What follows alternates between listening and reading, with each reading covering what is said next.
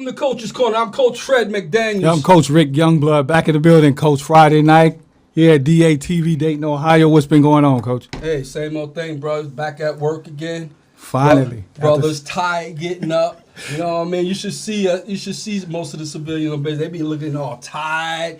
You know what I mean? We had a good vacation, right? We had a 7-week vacation, right. so So it's good to be back. It is good to be back. And it's good to get a paycheck today, too. You know what I'm saying?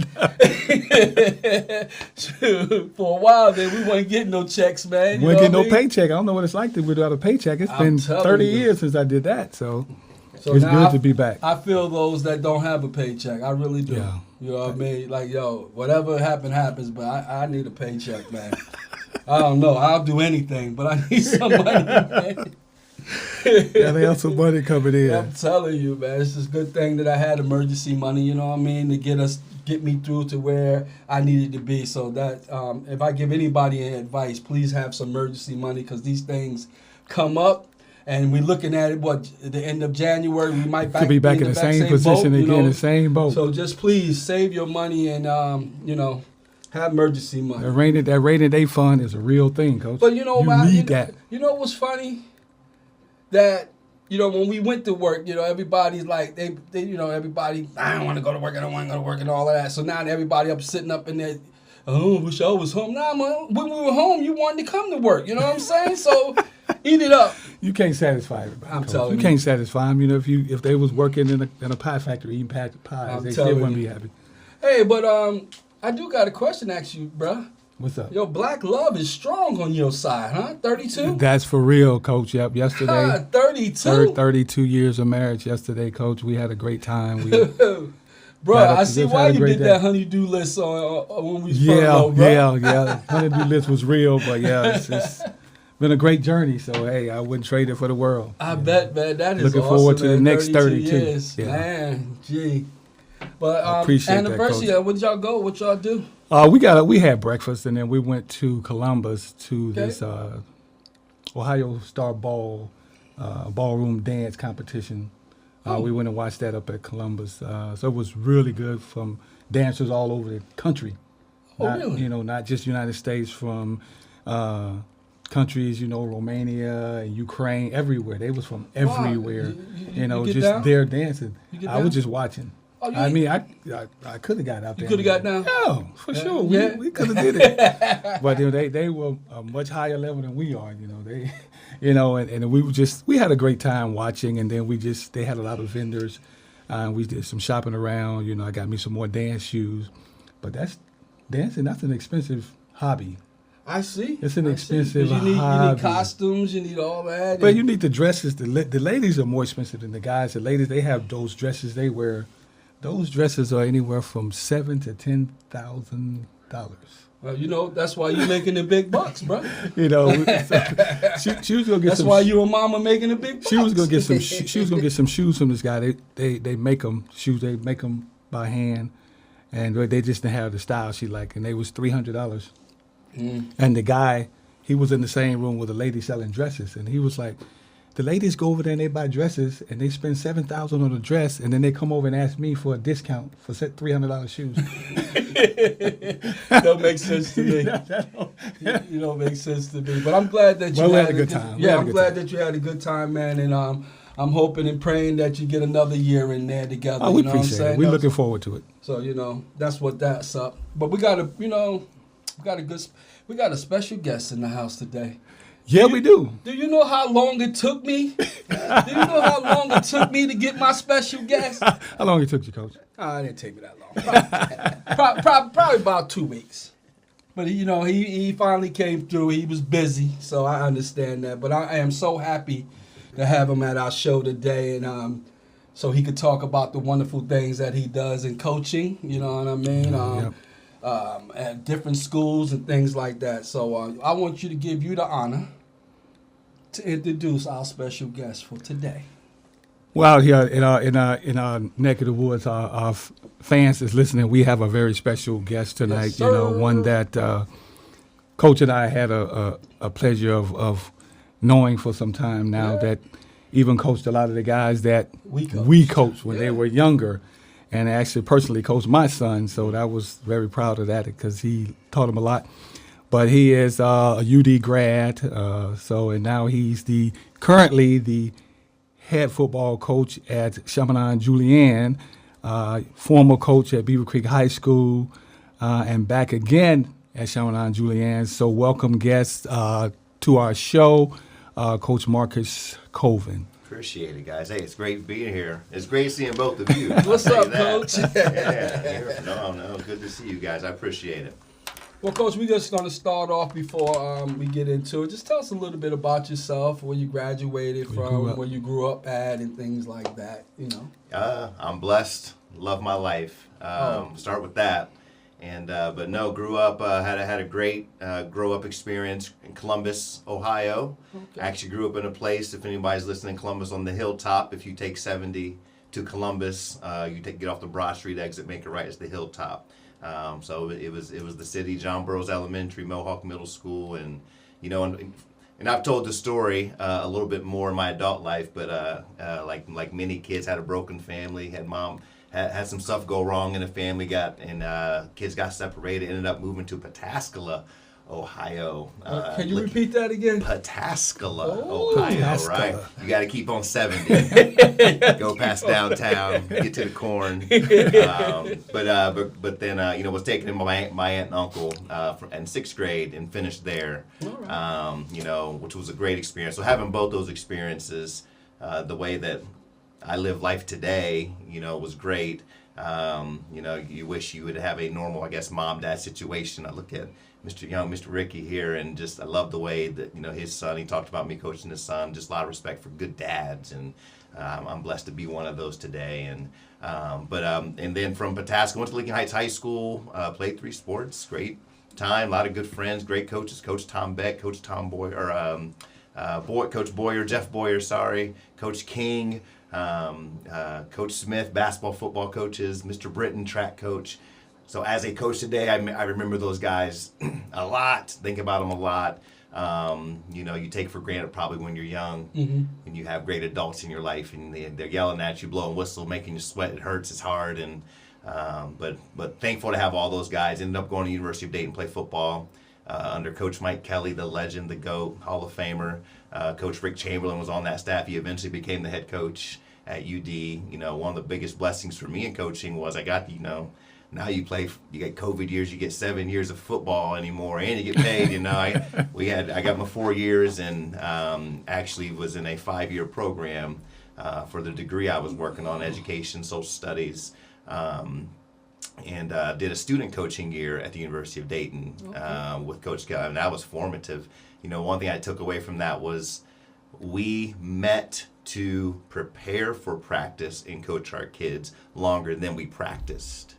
That makes sense. Mm-hmm. It just was amazing how much time we were in the office, and I didn't notice that as a player, watching my coaches just come out and coach me, So I think about that. You got to put work in, Yeah. People don't see that, but you got to spend time looking at that film and making sure the right step is the right step, and you're not false stepping, all those things. And then for me, got a degree at University of Dayton, and you start the student teaching experience, and I wanted to be in an urban setting, and for me, they come and say, you're going to go to this place, Chaminade Julienne. I said, let's go. So it's a Catholic school in the urban setting. I said, let's go, and great experience there. Just learning how to be in front of a classroom and educate kids, and and I was student coaching at UD at the time, and blessed to have gotten an offer to teach at CJ. Took it right away, and that was the career. I started teaching and became an assistant with Coach Jim Place, and we had him on our show. Oh, yes. Man! Hey, we need to build a statue of him. Yes, the legend. There's a few that deserve it, man. He's for me, and I know for many others. Got a chance to work with him. He moved on to Hamilton. Coach Andy Helms comes in, gives me a defensive coordinator opportunity. He moves on. I'm 30. I applied and thought maybe they'll let me at least interview, give me some experience in that, and they picked me. And that was an emotional day. I don't know if but not just didn't feel deserving. Still don't feel deserving. But you feel the responsibility to carry a bunch of kiddos, their parents. Yep. A community, and so never feel so worthy. That's what makes you want to go to work and try hard, you know. And but teacher ended up right before COVID going in administration, and took an assistant principal role. That was difficult. Coached in many hard games, done many hard things in life, but COVID school was tough. I still see Mr. Muller and, you know, the things that because we went back, you know, a lot of schools shut down and didn't go back in the fall. We went back. I know Beaver Creek went back, and that was it was hard to do that, you know, and I'm not criticizing people who did not. It's just, we went back and that was it. So that was my introduction into admin, and, you know, got an opportunity to talk to Brad Pompous at Beaver Creek, you know, and I had been head coach now at CJ 11 years. And I had always, as I talked, graduating UD Catholic school, went to CJ to student teach Catholic school, never really been in a public school setting, you know, just always wondered the difference, you know, and had an opportunity at Fairmont back in like 20 with Dave Miller. You know, he ended up getting that job, and he's done a heck of a job. They got the right guy there. You know, always had an interest, and so when Brad called, you know, we talked for a couple weeks, and, you know, met the people, great community, and, you know, took a shot, and learned a lot out there, man, and met a lot of really awesome people, and got the experience that I wanted professionally. I will tell you, finished my principal licensure program, and so returning back to CJ 2 years ago, I wasn't in the plan. I was finishing school. Thought I was going to take the next step and kind of ride out maybe admin, you know, and I'm back coaching football now. I guess that's how God works. But learned so much from Dale Wren and again Brad Pompous out there, and Paul Otten, great superintendent, and that's just a great school day. I mean, Beaver Creek residents, you want your kids to be educated, send them to school every day, and they'll be just fine, you know. So. Ended up back at CJ, not to coach football. I work in development now. You know, this is my 20th year of service at CJ, so I've had a long history with the place and the community, the alums, and so never thought I'd be people would say I'm a fundraiser, but work a lot with the alums and benefactors who support CJ, and been doing that the last couple of years. The job opened up, and my wife said I could do it. That's big right there. That's big right there. So that's kind of in a quick nutshell, fast story of kind of where it started and how I'm sitting here in front of you guys today. Oh, that's awesome. And I after studying your bio and going through some things, very interesting. And I saw that you did play football, basketball, and ran track in high school, and then you played football at UD. But it was interesting that I saw that you took a student coach job back then, like you said, in 2003. Did you always want to be a coach, or what made you decide to go into coaching after playing? It's the only way I could be in the game. Couldn't play anymore. I think many coaches would say that today. I have zero interest of playing football. Zero. What we ask those kids to do, you know, we're having coaches meetings, staff meetings Sunday because we're about to get back to work. It's December 1. We can go back to work, you know, after Thanksgiving. So it's wait, and I explain it this way. Again, don't want to play football. Kids who play football, I give them so much credit because it's a difficult sport to play if you put truly the work in. You know, but I tell our kids, we do all this work. We're about to get back in the weight room 4 days a week, and then hit the spring and get through summer crazy days, and all for 10, guaranteed 10 2.5 hour moments.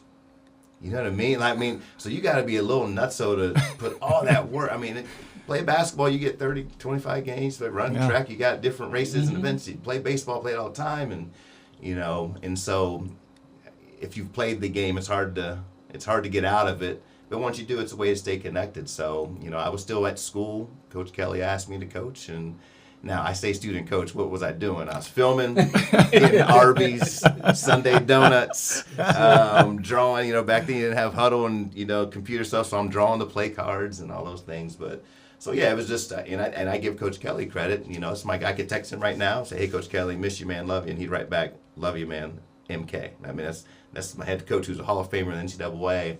But I think he saw something. I need to push this guy to. You know, so did I think I'd be, you know, head coach at that point? No, I want to be close to the game, and obviously it has kept me in it. Oh, that's great. That's awesome to be, you know, because it does take a special person to be a coach. You know, as we know, you know, coaching kids little. We had Little them at bitty, third grade. Yeah, Yeah, it's, right. it's tough, Yeah. but you have to love it. You Absolutely. have to love the kids Exactly. to do You it. just said it, man. Because You if you have to don't, love it, man. if you have to love it, if you don't, you're not gonna do it. You're not gonna do it. Not the right way, anyway. Right. But yeah, I see that you went back to get your master's there at UD after being away after 16 years. Mm-hmm. Why after 16 years? Yes, that's a great question. So I graduated 04, started teaching, and went back, I'd say about 2008, 2009, maybe we'll say 2009, went back to start that master's degree. So I mean, I'll go ahead and admit that when UD worked with me, that was a 12-year master's get. And but here's what I will blame is, I went back and I'm working. At that time, I got a family, I'm coaching football, I'm a defense coordinator, right? And I'm trying to knock these classes out, and then I became the head coach at CJ. I was 30, I had 2 kids, and Yeah. I said, so we had to pause that.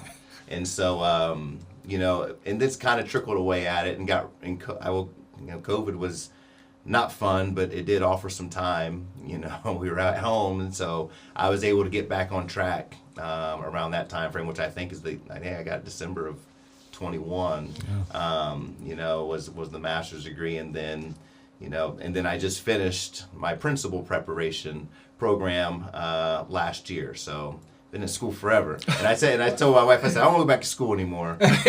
Well, you're almost there. Yeah. So now is you can put that doctor in front of the name. You might as well go ahead and get that. Hey, to keep your teacher licensures, you always got to get CEUs and things. And I've always thought the easy thing to do is go back to take classes. And so maybe that will happen. I'll probably have me back in 3 years. I'll have a superintendent's license. Yeah. That's one of those. And then I see you mentioned that you got a family now, and I saw that you got 3 kids. Are any of your kids into sports? All the time. That's why I was late today, because my daughter had Friday track late at CJ, so I had to get her from CJ to home because my wife's on a work call, and then we're about 28 minutes from here. So I have Jocelyn, who's a sophomore at Chaminade Julienne. She runs track, plays volleyball. Doing indoor track now and doing club volleyball now. I'm going to brag on her as a freshman in the season. So I got to see a lot of Beaver Creek running. Saw Caden Ellerby run a lot last year because our girls are Division I at Chaminade Julienne. Boys are Division II. So when you get to that district regional stuff, they're at different. But I got to say, I was always with Beaver Creek, Centerville, and but our girls finished 6th in Division I 4x1 last year at the state, and my daughter ran some of those during the year and was the first alternate. So she didn't run, but she got to go to Columbus with the girls, and all those girls are back. Minus one girl was a senior who graduated, but it was a great experience for her as a freshman, and so.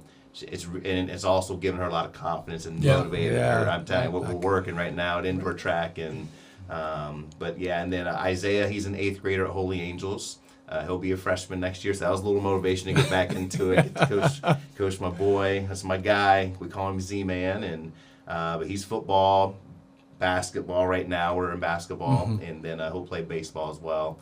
And they're saying he's going to do 3 sports in high school. I said, I love watching him do all 3. I have come to really enjoy watching him play baseball. Really have come to enjoy it, and really have it. He and his teammates. And then Ava's a 4th grader at Holy Angels, and she's my joke with her is in some distant year we're going to go to Brussels, Belgium, because she's going to play on the American Olympic soccer team. Okay, right. There you go. That's our soccer, but we're going to talk. I don't know if it's going to be in Belgium or we're not. Gonna talk it's going to be we're somewhere. gonna We're gonna be there. It's going to be somewhere I'm going. So Speak it to existence. Yeah, but she's soccer and volleyball, and soccer kind of interferes with track, but she can run too. So we're busy. I'm doing football, and so it's always something in the Colvin.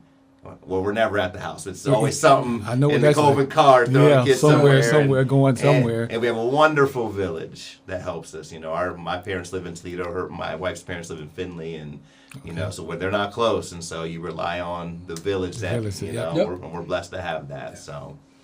So my question to you is that for those young athletes that want to go play football, what would be your suggestion to them? Your pitch if they came to you and say, "Hey, coach, I want to play football." Gotta be serious about it. I think there's a lot of carrots dangling in front of kids right now.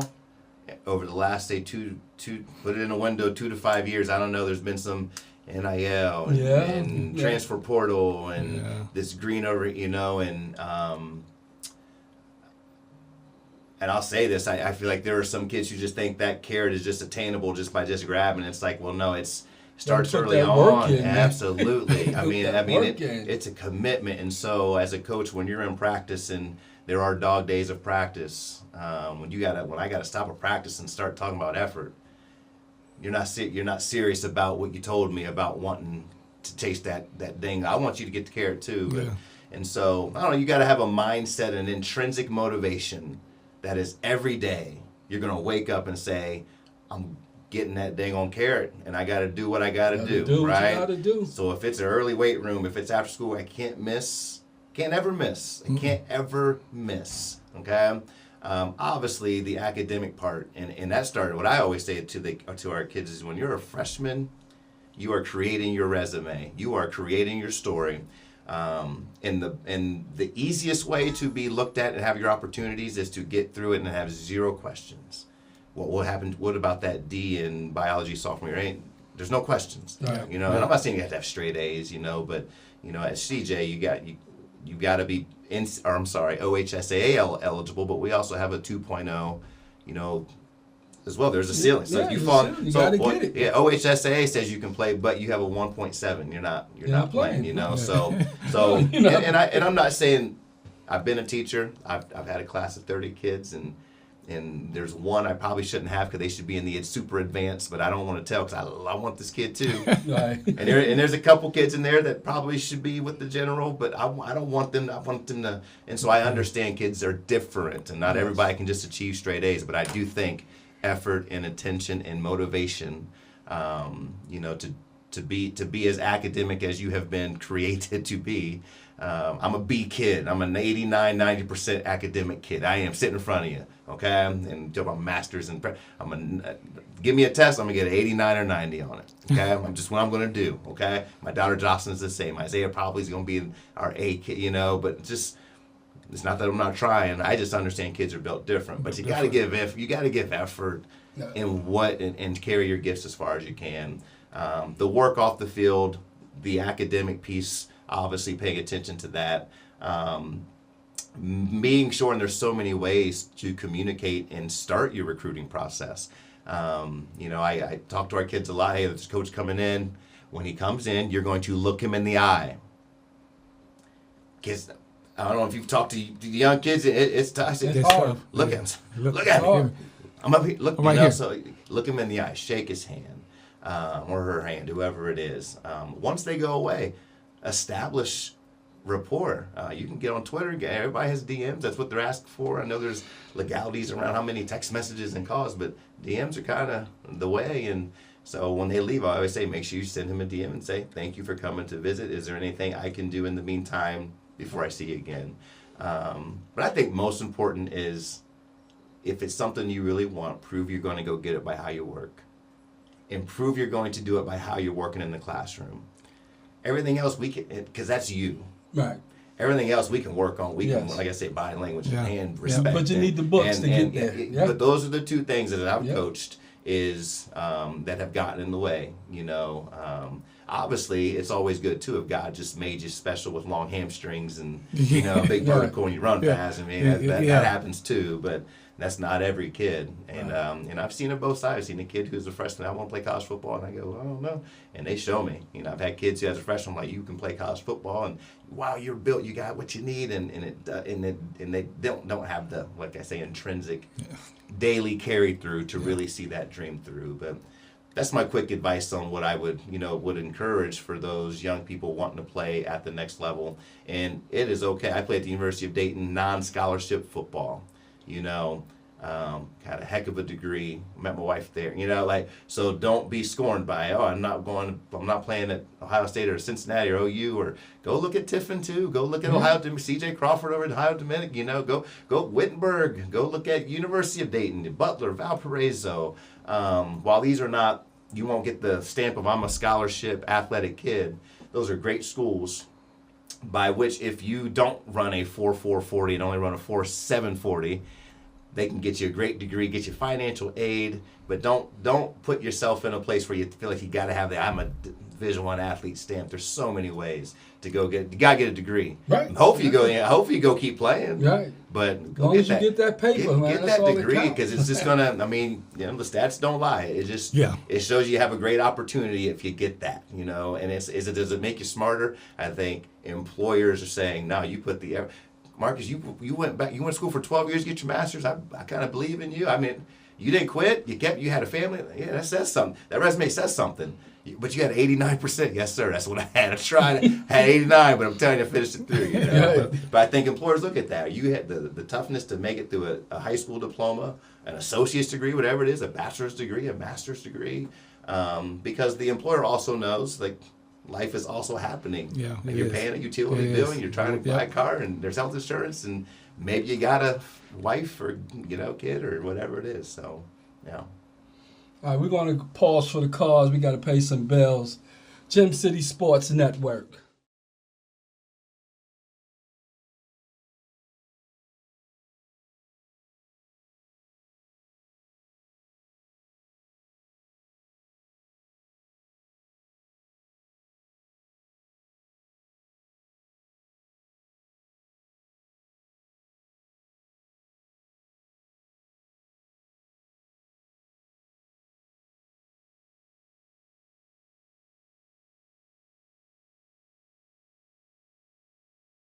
Welcome back to Coach's Corner. I'm Coach Fred McDaniels. And I'm Coach Rick Youngblood, back in the building here, Coach, on Friday night, DATV here in Dayton, Ohio, with Coach Marcus Colvin, head coach at Chaminade Julienne. So it's great to have him in the building and great conversation with him, Coach. Yeah.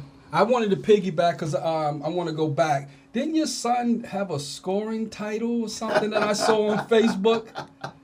Hey, we're going to claim it. We're going to claim it. No, he scored his 500th. Okay, all right, something, okay.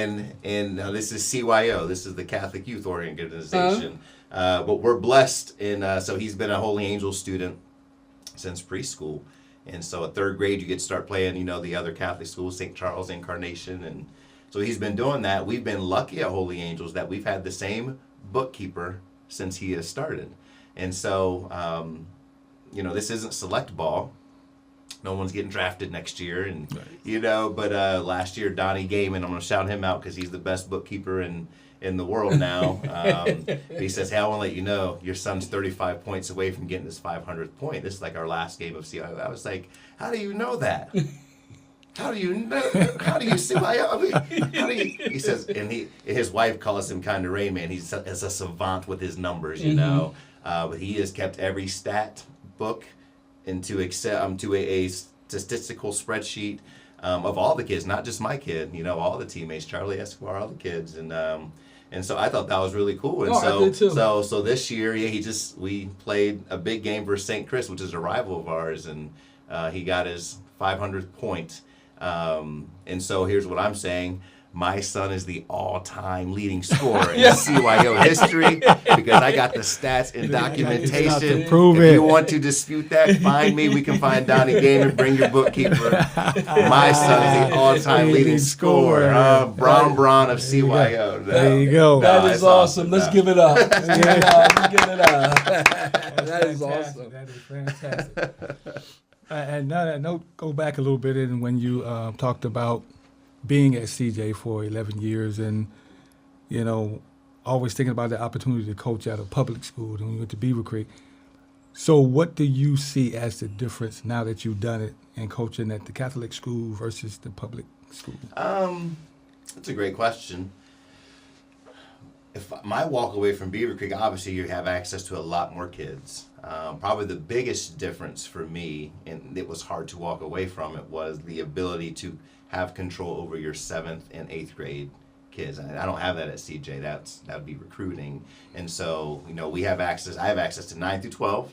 And then, 7th and 8th, they're all over. Like my son's at Holy Angels. Some of the kids he'll play with are at Incarnation, and some are at St. Charles, and some of them play for SDK. Some of them play for Eagle Youth. Some of them play for Carroll.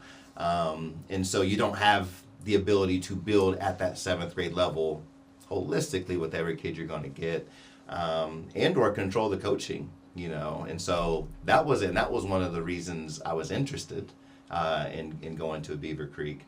But that's a big difference, the access to the kids. Because when we were at Beaver Creek, we were sending buses to get the kids over to the weight room. I mean, you know, we were trying. And I would say that for sure. We have a great parent presence at CJ, there's no doubt. CJ is a private school. I work in development. We've got to fundraise, and you got to have models in how you do that to be successful. And when I got to Beaver Creek, I was so impressed with the parent help. I think about the parent board, the Fricks and you, and you know, Frank Eaton, and you know, I've never had that type of structured leader where we could fundraise for football. I can't do that at CJ. It's got to go through our modeled way, through my work in development. And so, you know, getting there and learning that and getting that together, and then figuring out how to go we went down and picked up volleyball court floors in Cincinnati to try to make, you know, we were just... You was hustling, Coach. You was hustling. Definitely, but also the parents were hustling with us. You had a community behind you. So, but that was a different way of going to get things to help support specifically our football program. The kids are the kids, though. Like, I don't know, like, if you're like, what's the difference? Like, the kids are the kids. The kids are that... Quentin Youngblood, Elias Dangerfield at CJ. Like, it's very similar kids, you know what I mean? And so, you know, when people ask me, what's the difference between Beaver Creek and CJ? Like, the kids are the kids, man. They are. You got to get them in the weight room, build them up, try to mentor them, talk about the academic, all that stuff, you know. The GWAC was a beast. The GWAC was good while we were there. You know, and so that was a big difference. GCL is very good football. You got Alter, you got Baden, you got Fenwick, you got McNick, you got Carroll. Gotta make sure I shout everybody out. I want bulletin board material. Got everybody.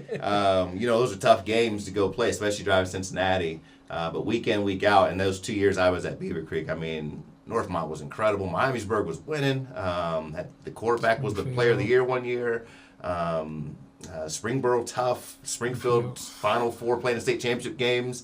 You know, and you're seeing week after week after week, you're seeing that. And the hardest part probably was trying not to be discouraged, you know, because when people were like, Beaver Creek, and I was like, no, we didn't have a bad football team. We had some good players. We just didn't have everything Wayne had at that time or what Springfield had at that time. And but the kids were, you know, impressive. You know, we had some length, and had some size, had some speed. You know, just didn't have the prowess of the teams you were playing. And so had to find ways to stay encouraged and positive. So the competition was a little more for sure for me, especially not having maybe the horses you wish you had. You know, but shout out to Beaver Creek for Coach Smitherman's Coach of the Year, GWAC this past year. Yeah, I saw that. 3 GWAC wins, win over Facebook. Wayne, and Wayne's playing tonight for a regional championship. So, but he's got that junior class up there, Kelvin and those guys, Jameson and Calvin, and I remember those. Pretty good. Well, when we were there, that was their freshman year. We were like, oh yeah, this is a group for sure that you could hopefully get something out of, and that's happy for them. Well, I don't know how I'm going to phrase this, so just bear with me here. Nah, you're fine. Leaving CJ to go to Beaver Creek, knowing Beaver Creek was under 500, was that a big experience? You know what I mean? Did you want to take on that task? I thought I did. Yeah, I mean, I wasn't afraid of that.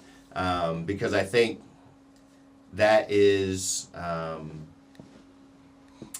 I will just say this: at the time that we made that decision, my wife and I, there was a difficult time for me at CJ. I talked about going into admin at CJ and the COVID, coming out of the COVID years, and there was a little bit of me that felt, am I getting a little stale as the coach at CJ? I thought if you look at us from 2016 through 2020, we really, like 2017 had a great run. That's what I was saying. Regional final, went to beat Trotwood. Right. 2018, another playoff for 2019, won the GCL for the first time since 2001. You know, had Keon, we had the guys. So there was a little bit of me that, but I won't lie to you. You know, I mean, we're sitting here today. It was like behind the doors, there was a little bit where you're feeling, am I getting a little stale? Do I need a little refresh, a little boost? And do I need to try something different? And at the same time, Brad Pompous calls, and it just kind of was weird how it worked itself out. You know, one of my favorite books is called The Alchemist. If you've never read it, it'll apply to your life if you read it, and it's a quick read.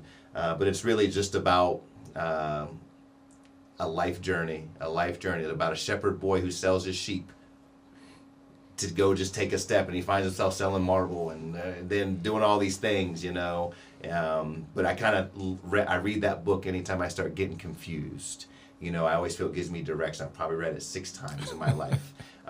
Gives me direction. But I felt called to take the opportunity professionally away from the field too. You know, they gave me an opportunity in an admin role to attendance officer, but we were also starting an alternative education program that I was going to supervise with Corey Freed, and we got that thing going, and that was rough. So people don't know about that, but we got that program going, and that was awesome. We're really helping some kids who needed some help. That was also inspiring for me to take that leap. So, but I wasn't afraid of the challenge. Got a chance to meet the kids. The kids were motivated. We had the weight room going. There's a part of me that thinks like, if you stayed to year 3, 4, what's it look like for sure? You know, I thought we could put some foundation down and, did some things. And, but yeah, I wasn't afraid of that record. In fact, it was kind of exciting to go try to see if you could do something. We didn't get to where I hoped we would have.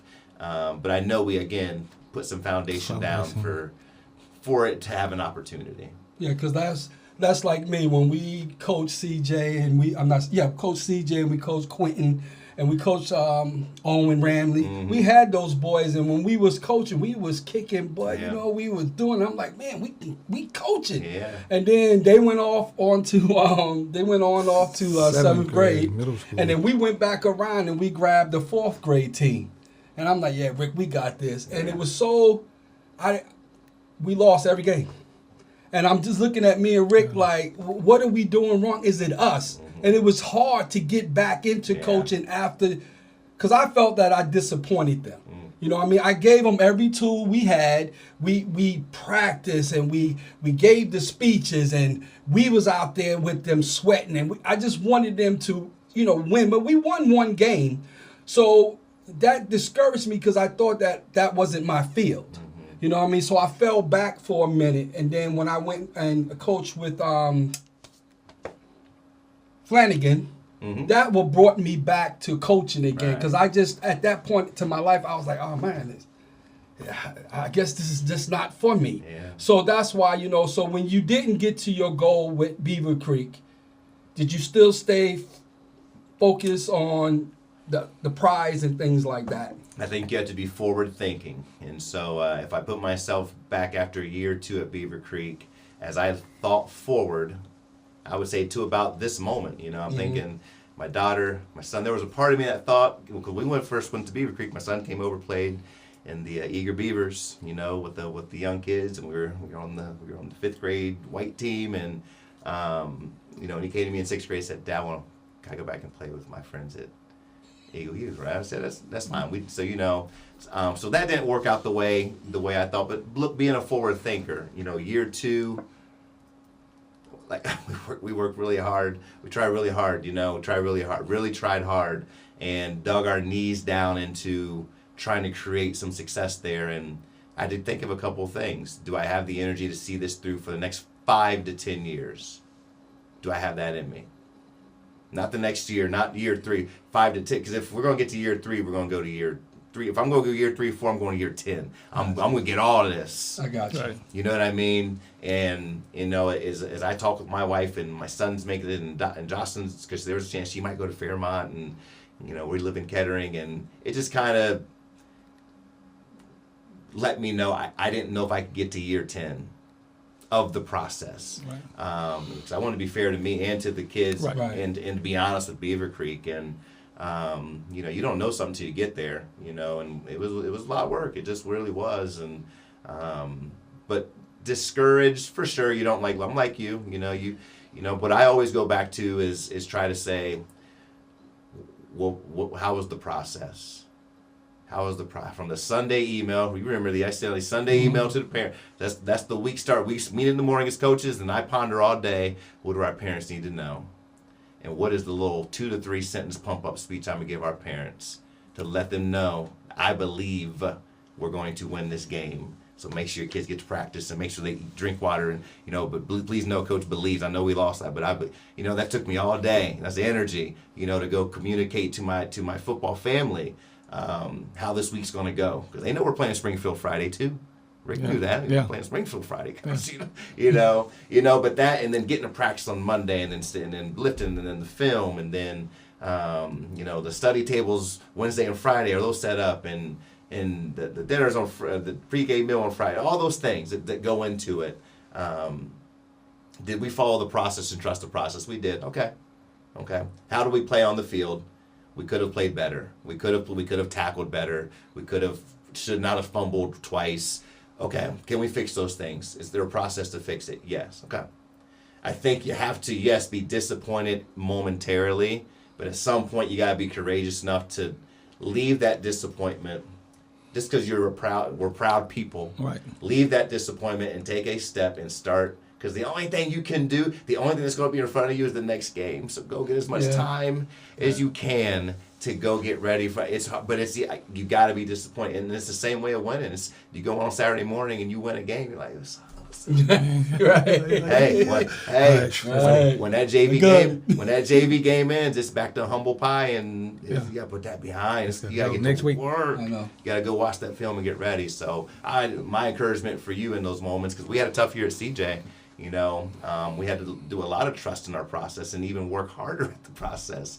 Sometimes it's just Jimmys and Joes. They got better Jimmys than your Joes, and you got to figure out how to get your kids better, and it might take them getting some shoulder muscles and chest muscles first, Could be scheme, it could be, but if you have a process, I believe you're a good football coach. I know many great football coaches, and some of them don't win often, but I see them work, Trust your process, and that helps me get over those disappointments, Fred. I would tell you that. But it does take some courage to get out of that disappointment for sure.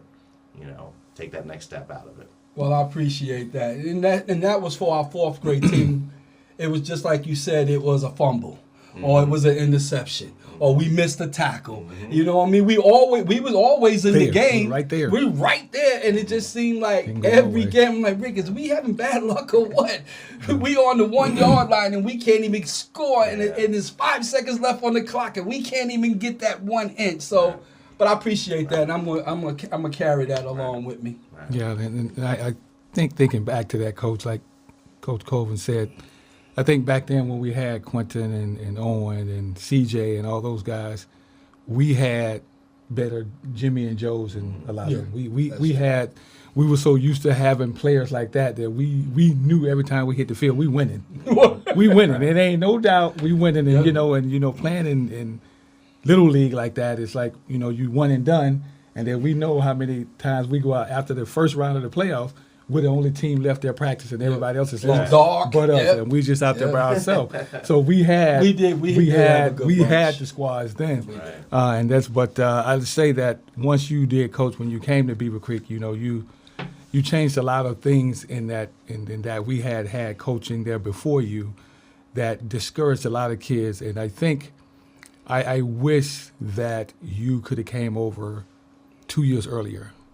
When they were freshmen, because when we were coaching the sixth grade, and when they went to seventh grade, we had all of the skill position players, the quarterback, the receivers, the running backs, but that class above us, the eighth graders, they had all of the linemen, defensive linemen. I mean, big beef, 280, 300 pounds. They had all of those guys. So when Quentin was ninth grade. And some of those kids played with him on the junior high team, on the ninth grade team, and he was ninth, they were 10th.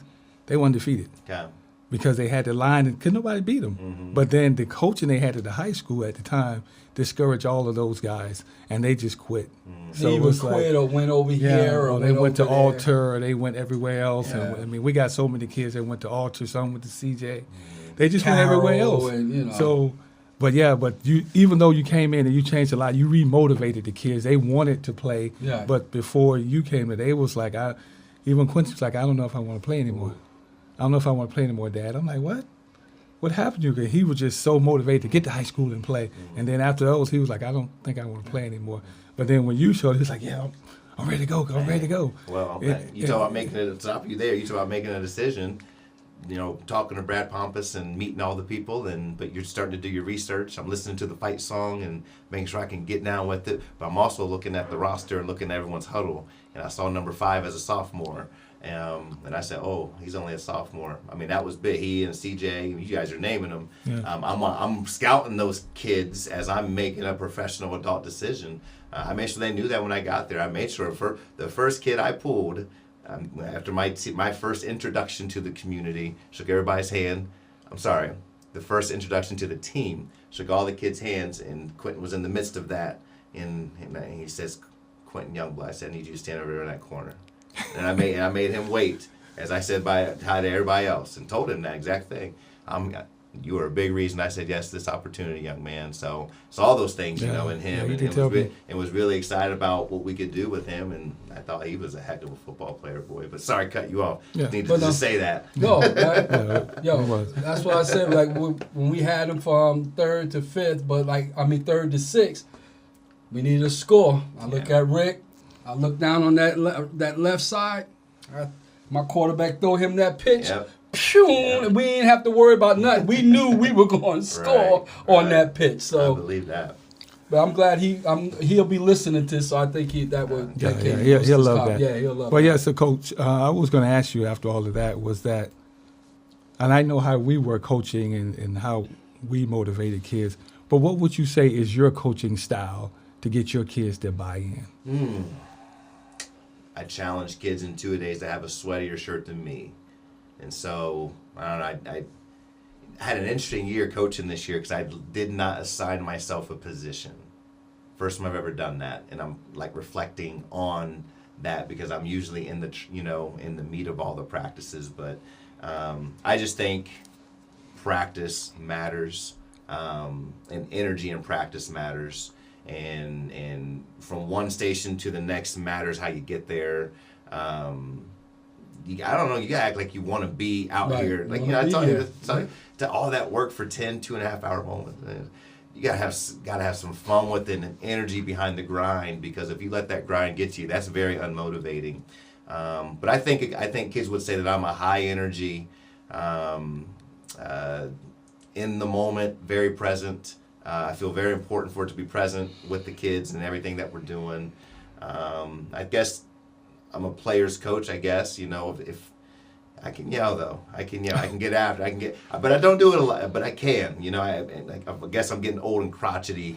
Had some few spastic moments this year. I thought to myself, I'm getting old, I'm yelling at these kids and I'm sweating but I think energy and being present, I think, I'm going to know every kid's name. Absolutely. I love to see them away from the field, in the school building, pounds, just being present. I think they would say Coach Colvin is an energetic, very present football coach. They do say that. And I don't know if I know everything X and O's wise, but I learn, and I tell this I learn to fall in love with teams that I coach.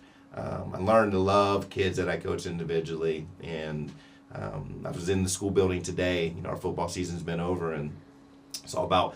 We had this blessing moment of seeing 5 of my football kids, because I don't work in the school building. I work in an adjacent building.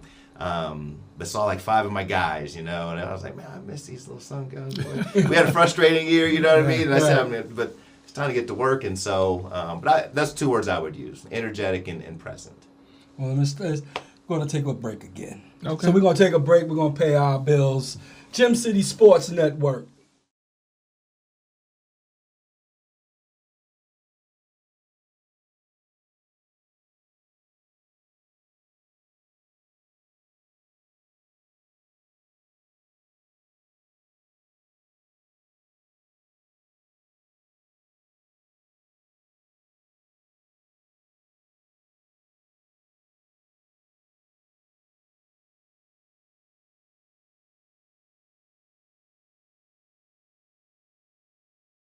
Well, welcome back to Coach's Corner. I'm Coach Fred McDaniels. And I'm Coach Rick Youngblood, back in the building with our special guest, Coach Marcus Coven. And we've just been having a great time, great conversation with him, Coach. Learning a lot about him and his coaching style and the way he's done things.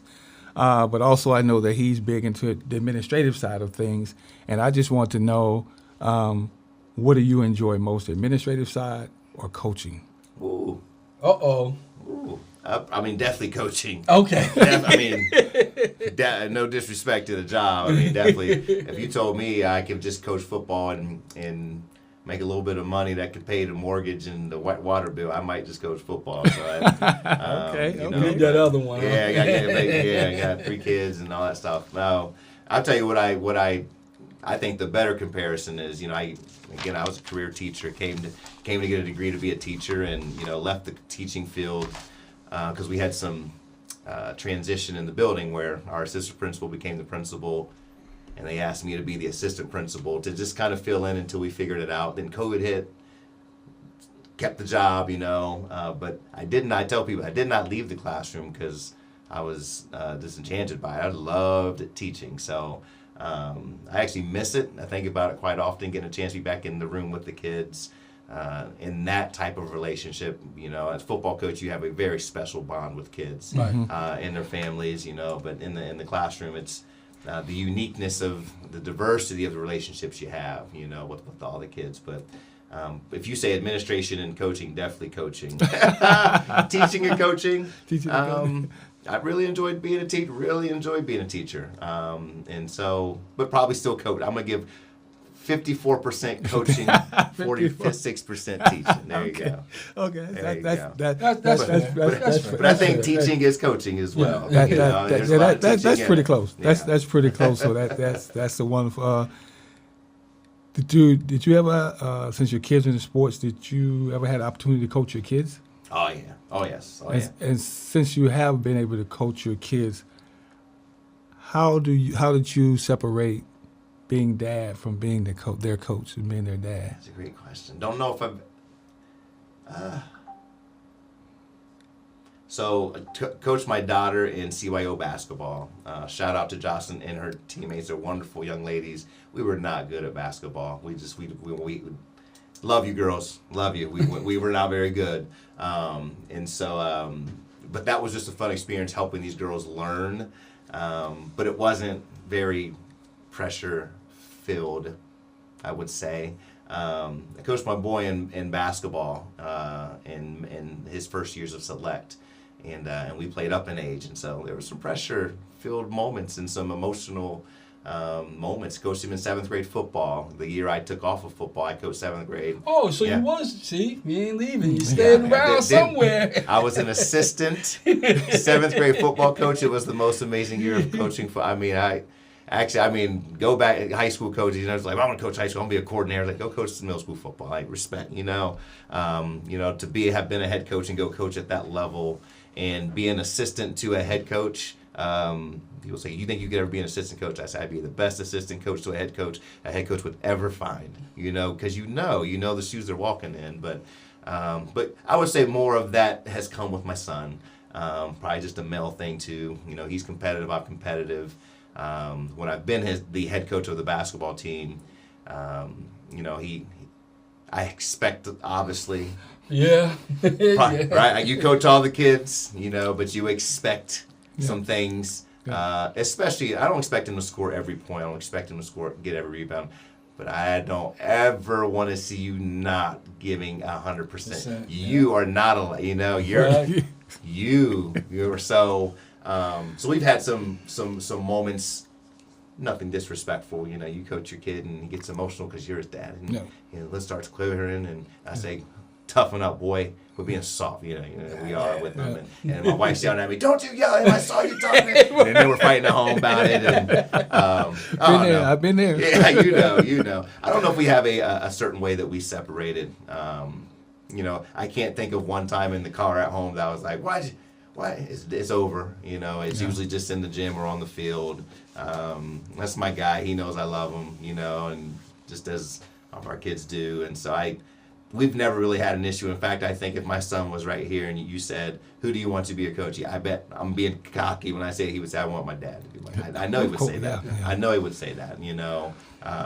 I get after him, but he knows it's out of love. But I push him, and he's gotten better as a result of that. So Yeah.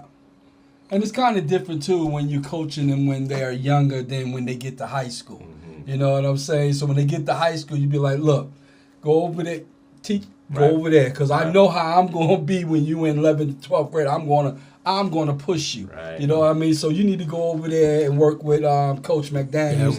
And I'm going to sit back here and I'm going to take care of all the rest of these Right. boys. Cause right. It is difficult. typically different because I coached my daughter. She played basketball throughout in Beaver Creek. She played basketball throughout her 4 years there. She played AAU basketball. Really good basketball player. And I was helped coaching her AAU team. I was the assistant coach to the head coach.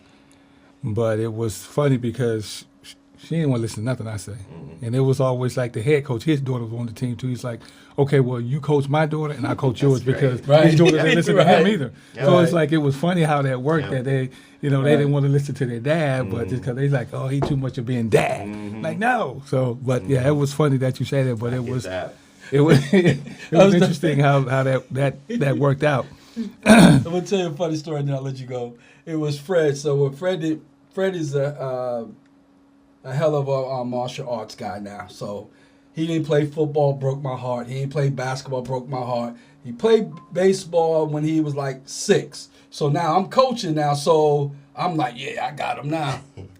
And I'm just being the coach, and I'm not thinking they're 5 years old.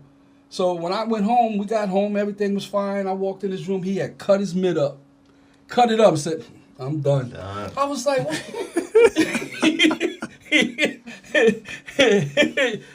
Yeah, he was done. Okay. He was done with me. He was Okay. like, oh, I'm not. I'm done. I'm sorry. Go ahead. That's fine. But coach, after all this, coach, any desire to coach in college at the next level? Yeah, that's what I was going to ask. That's a good question. Would love that opportunity for sure. And that's all just right. not something that is feasible. I have a wonderful wife who has a wonderful career. And, I always say she lets my punk self coach football for whatever money I make to coach football. I know it probably doesn't really do much for our family after you pay for gas and all the things. But so the way that our marriage is set up and the way our life is, there's just, what comes with college football, recruiting on the road. And it's much easier for me to be in a building where our kids are going to go to school and then walk to that field and then drive my kids home after the practice. So, but no, I mean, I actually was talking to, Trevor Andrews, head football coach at the University of Dayton, a lot of coaches, obviously, and went to UD. And Trevor got the job. He and I just missed playing with each other. But he's doing they had a great year this year. But I told him, I was at Beaver Creek, and he had just gotten the job, and that it's my dream to coach, well, in college, but specifically, I'd love to coach at University of Dayton. That would be, and that could happen. If that happens, that's going to be. I got energy at age 50, 55, and things are a little different in the career, and the kids are, But I'll hold on to that. I mean, that would be. I would love the opportunity to have the energy again. You gotta have the energy, but to coach a kid, and then have the focus of just getting that kid better. I don't have to go do another job. I'm watching the film. I'm making notes. We're going to meetings in the morning and we're practicing again, and then I'm going out to people's living rooms to go find great kids who are doing the right things in their school and leaders, and encourage them to come to get a degree and win with us. Like, that stuff's exciting, and I tell that to the recruiters who come through, I admire what they do. One, there's a lot of, especially these big time schools, there's a lot of, it's like, we went 8-4 and you got fired. You know what I mean? There's a lot of expectation right Wow. now. Yeah, You know what I that's mean? big And you got a family that you've got to move. I've seen a guy come one year in a red jacket, next year he's in a blue jacket. And I know what that meant. It didn't work out the red jacket, and the family had to go to the blue jacket. You know what I mean? And so, but a lot of admiration for what they do and the challenge that is, that they undertake. But love college football. That's the best sport. That's the I'm an okay NFL guy, but Saturday I'm telling you what I'm doing from noon until West Coast ends at 1 a.m. I'm watching college football, man. Now, Rick, can you see Coach up at Ohio State? Ooh. Can you see him up there? Yeah. Yeah. I would, can see you, Coach. I would much rather see him at Alabama. Though. I would much rather see him as the head coach at Alabama. That would be fantastic. That's That what would I'm be saying. fantastic. But like, I know him. Can we get a coach? Can we get him on your staff? You can. Right. You can. So Rick Wick is I just about that time. got One more question. We Yeah, I got one more question. question for him. So this The is producer's telling us we had an hour. One more question. Well, I got one more question for him All since we talked about coaching in college. So, and you love college football. This question is perfect. So, if you had the opportunity to be the commissioner of college football, what would you do different in the way you see it's going today, college football? Oh man, that's a big question because I do think there's a lot of untangled right now. It's interesting. The NCAA went from these hard constraints to kind of like just let it go, and I think we're finding ourselves in a window of time where whoever that commissioner is, or whoever's making those decisions, are having a hard time piecing things back together to make sense of what we're going through. I mean, you guys think about that. What transfer portal, then NIL, Yeah. and you can leave a school today and go be eligible right away at another school. And if your coach gets fired, you can go there too, and you can leave and go. I mean, you can have 6 years of college and you're not getting as much money as the guy, and he got a Jeep endorsement, but you didn't, but you got a block for him, and you got to coach that. And I mean, so there's just a lot that has changed, I think, so quickly that it's really hard to make sense of it. If you ask me if I'm a proponent of these kids getting paid, absolutely. I support that all the way. I support it too, Coach. You know, am I a supporter of the transfer portal and the way that that's happening right now? I want kids to have their freedom, but I also think because we just talk about these college coaches, right? They go find you and they give you an opportunity, and you say yeah, and you sign, and they're counting on you. And because you only got 45 snaps a game instead of 70, you're gonna go. But they were really relying on you to build you because your junior year they saw you getting those 90 snaps. But if you were going to stay, because they believed in and it's just. And so I think how the risk of these coaches are taken because they're getting fired so easily, and not make excuses for them. You know, I wish there was a tighter commitment from the kid to the coach that has to be honored a little bit better, I guess would be my only thing I would want to just constrain a little bit. You know, don't make it too easy to transfer, you know. And I think and again, I call it the mouthpiece dangle era right now. You know what I'm talking about? You see, nobody puts their mouth. I had a kid at CJ, so put your mouthpiece in. He says it is in. He had two mouthpieces. Yeah, one because it's the dangle. Right? It's the style now. Yeah, it's the NIL. You know, so you're dealing with those things, and you know, it. Kids are like, we talked about this earlier. The things are being dangled, and what they're seeing on. They feel like I got to do what they're doing. There's a mouthpiece. I got to do it, and. I guess the one thing I would really look at is the easiness of transferring. Kids become emotional, and you get upset, and you make an emotional decision. And you know, I'm a parent. You guys are parents. Yeah. We got to find the best way for ourselves to be objective about our kids, because it's hard. It's hard not to be. It's hard. My kid's great. Z man is great. Jocelyn is great. I told you, my Z man's all-time leading scorer is CYO history, right? It's like, you know, but we got to be objective. You know what I mean? And sometimes it's not. And if you make emotional decisions that you leave a place or make a decision to transfer when maybe if you stuck it out, you know, I think it's just really loose. It's hard to give a direct answer to that. But if I'm finding one thing to grab, the easiness of just saying I'm disappointed, I'm angry, I'm leaving, you know. But then I also say this. You know, I saw Prime, Colorado had a specific practice for a lot of his kids who aren't getting a lot of play time to give them film.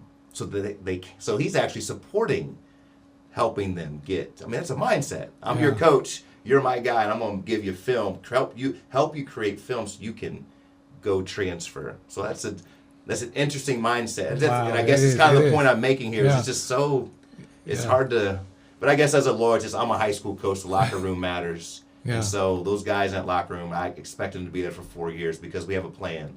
We're building on that plan, you know, that for each of these classes of kids that come through, and if they're here today and gone tomorrow, it's really hard to build around. It is.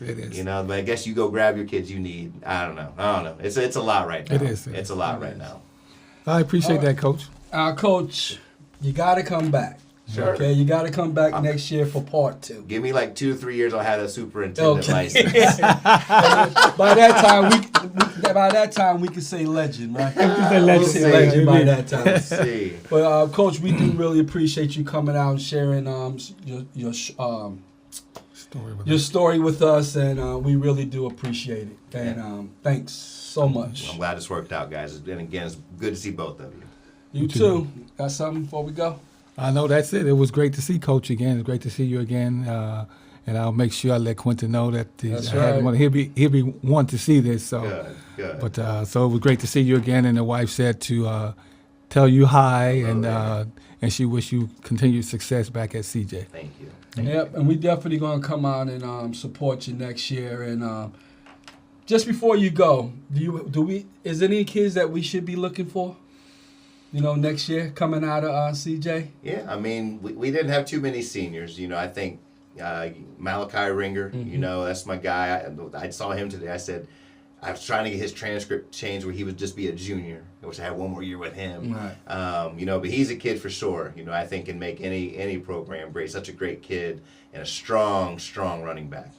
Big when you see his legs. In a great family, a great pedigree. That Ringer name, holds some history here in Dayton for sure. We have a lineman, Xavier Donnelly. Who's a 3-year starter. I've known Xavier since he was, I'll say, 3rd grade. He's grown into a nice 6'3", 270 pound. He was a starting center for us. Very good kid. Very good football player. There's one kid I'm gonna say, DT, Deshaun Tramp, but he said, Coach, I don't want to play football. I don't want to do that. He wants to go get a trade, and I'm not mad at that. But boy, coaching him and watching him play outside linebacker, he's a slender 6'1", 180 pound outside linebacker, strong kid, baseball player, just so athletic, bends well. This is. And you look at these kids and say, I project you to be something if you go work at it, man. Right. But again, you gotta have to. There's no way I'm gonna say DT go play football, and he's like, nah, I just want to go get this H back, and I'm done. If you don't want to do that, don't do it. So Right. Those are 3. Malachi especially though. That guy is holds my heart, man. Again, I know a lot of these kids since they were young, and so getting to come back and. Coach them as seniors. Right. Nice. I don't know if you remember Malachi, but he was on our 7th and 8th grade traveling team when we first started our traveling team. Yeah, remember. So when the first bunch of kids we had, he was out there. Yeah. Well, Coach, thanks again. We'll see you Appreciate it. soon. We like to let you guys know that we have a merch out there to support Coach's Corner and our Ohio Valley Elite Football Club. So you can go purchase our shirts at www.OhioValleyElite.com. And like we always say, peace, love, yes, sir. Yes, sir. We out. We out.